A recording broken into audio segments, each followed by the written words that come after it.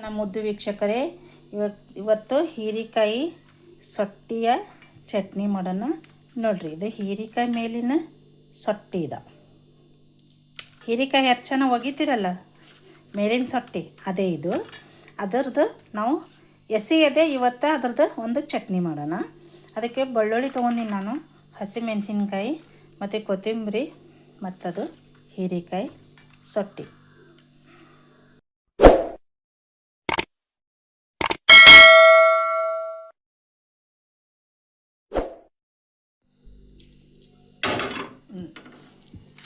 ಮೊದಲಿಗೆ ನಾವು ಹೀರೆಕಾಯಿ ಈ ಸೊಟ್ಟಿಯನ್ನು ಹುರ್ಕೊಳ್ಳೋಣ.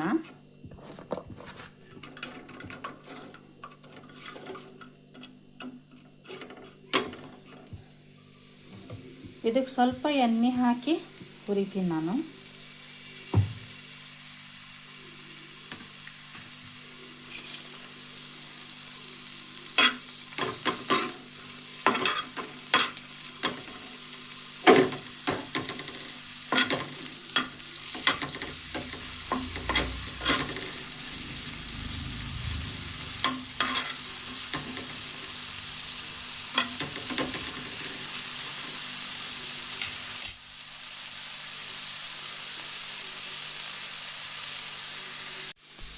ನೋಡಿ, ಹೀಗೆ ಹುರ್ಕೋಬೇಕಿದೆ ಚೆನ್ನಾಗಿ.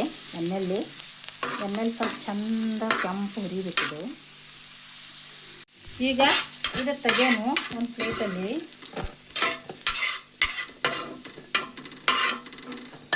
ಆಮೇಲೆ ಹಸಿಮೆಣಸಿನಕಾಯಿ ಹಾಕೋಣ.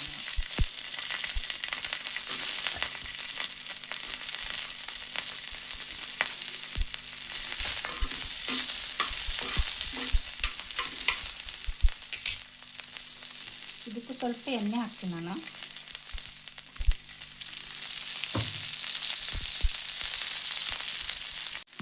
ಇದರಲ್ಲೇ ಕೊತ್ತಂಬರಿ ಮತ್ತು ಬೆಳ್ಳುಳ್ಳಿ ಹಾಕಿ ಗರಂ ಮಾಡಿದ್ದು ನಾನು ಸ್ವಲ್ಪ. ಇದು ಅದನ್ನೂ ಸ್ವಲ್ಪ ಹುರಿತದ ನೋಡ್ರಿ. ಹೀರೆಕಾಯಿ ಹುರ್ಕೊಂಡ್ಮೇಲೆ ಹಿಂಗಾಗಿದೆ. ಮತ್ತು ಮೆಣಸಿನ್ಕಾಯಿ ಬೆಳ್ಳುಳ್ಳಿ ಕೊತ್ತಂಬರಿ ಹುರಿದೆ ಹಿಂಗಾಯ್ತದ. ಸ್ವಲ್ಪ ಹಿಂಗೆ ಹುರ್ಕೊಳ್ಳೋದು ಯಾಕಂದರೆ ಸ್ವಲ್ಪ ಟೇಸ್ಟ್ ಜಾಸ್ತಿ ಬರುತ್ತೆ. ಈಗ ಸ್ವಲ್ಪ ಜೀರಿಗೆ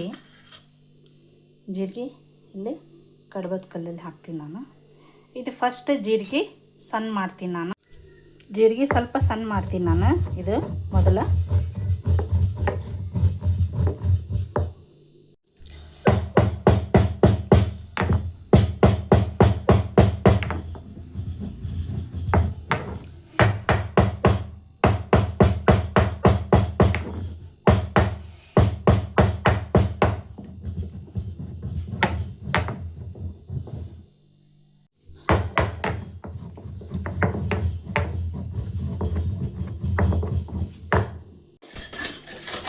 ಹುರಿದಿದ್ದು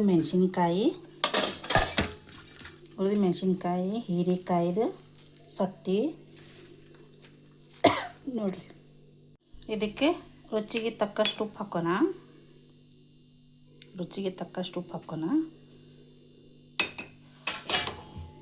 ಆಮೇಲೆ ಜಜ್ಜಿ ಎಲ್ಲ ಸಣ್ಣಗೆ ಹೀರೆಕಾಯಿ ಚಟ್ನಿ, ಹೀರೆಕಾಯಿಯ ಸೊಟ್ಟೆಯ ಚಟ್ನಿ ರೆಡಿ ಆಯಿತು ನೋಡ್ರಿ. ಸಣ್ಣ ಆಯಿತು ನೋಡ್ರಿ. ಸೂಪರಾಗಿ ಟೇಸ್ಟ್ ಆಗಿರ್ತೈತಿ ಇದು ಚಟ್ನಿ. ಇದಕ್ಕೆ ಹೀರೆಕಾಯಿ ಸೊಟ್ಟಿ ಚಟ್ನಿಗೆ ಸ್ವಲ್ಪ ಒಗ್ಗರಣೆ ಹಾಕೋಣ ಸ್ನೇಹಿತರೆ. ಇಲ್ಲಿ ನೋಡ್ರಿ, ಸ್ವಲ್ಪ ಎಣ್ಣೆ ಹಾಕ್ತೀನಿ.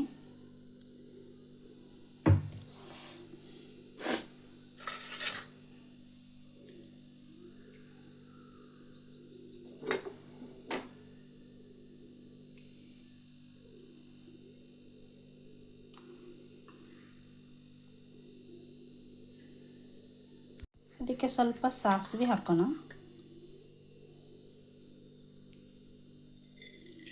ನೋಡಿರಿ, ಸಾಸಿವೆ ಚಟ್ ಆದಮೇಲೆ ಸ್ವಲ್ಪ ಕರಿಬೇವು,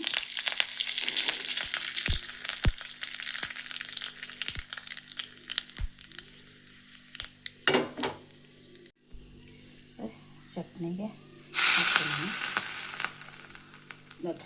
ಚಟ್ನಿಗೆ ಒಗ್ಗರಣೆ ಹಾಕಿದೆ. ಆಮೇಲೆ ಎಲ್ಲ ಮಿಕ್ಸ್ ಮಾಡೋಣ.